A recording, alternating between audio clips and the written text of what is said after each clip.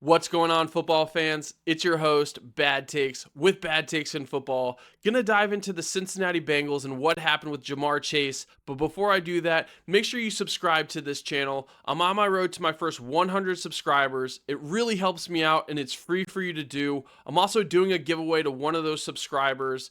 Also, make sure to like and comment on this video. What do you think about the suspension of Jamar Chase? Are the Cincinnati Bengals going to be able to come out of this? Let's dive into today's video. The Cincinnati Bengals are 3-7 and are currently in third place in the AFC North behind the Pittsburgh Steelers and the Baltimore Ravens. They lost to the Pittsburgh Steelers yesterday 34-12 and received even worse news today. Jamar Chase, who got into it with Jalen Ramsey in the game yesterday, has been suspended for one game. This is a crazy turn of events after Jalen Ramsey was the one that got ejected from the game.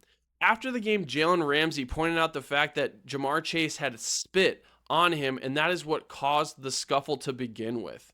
Jamar Chase is someone that doesn't really have a lot of off-field issues. He's definitely one of the best wide receivers in the league, if not the best wide receiver in the league. And with this Bengals defense, they don't have any room for mistakes. This Bengals team is going to be going up against the New England Patriots after their bye week without Jamar Chase. This team cannot afford to have 8 losses going into the game against the Baltimore Ravens. Jamar Chase is first on the team and second in the league in receiving yards with 856 yards. That is a huge weapon that they're going to be missing against this Patriots team that not only have a solid defense, but also an explosive offense. Drake May has been passing the ball around everywhere and is one of the top favorites to be an MVP. And so again, losing your best player for this game is going to be a huge problem for the Cincinnati Bengals, who struggle to be able to stop teams from being able to put up points. And so you need a receiver like Jamar Chase to be out there so that you can compete with the amount of points your defense allows. Somehow this AFC North is still open, and so the Bengals actually still have a shot of making the playoffs. And so this is a bigger deal than a lot of people actually think.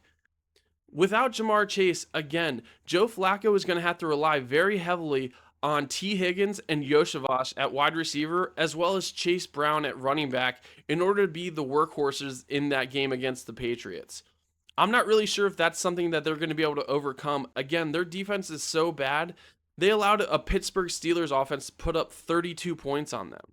The Steelers aren't a bad team, but they had Mason Rudolph as their quarterback for more than half of that game yesterday. I was kind of surprised that they gave him a 1-game suspension for what happened.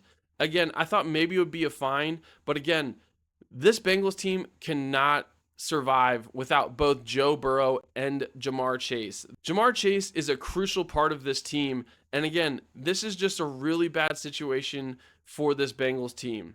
So this Bengals team just keeps on taking on punches, and at this point, this team has lost 3 games in a row, and I find it really hard to believe that it's not going to be a 4th game in a row after playing against the Patriots. What do you think about the suspension? Do you think that Jamar Chase should have gotten a 1-game suspension? Do you think it should have just been a fine? That's it for me today. Thank you again for watching. This is Bad Takes with Bad Takes in Football, signing out.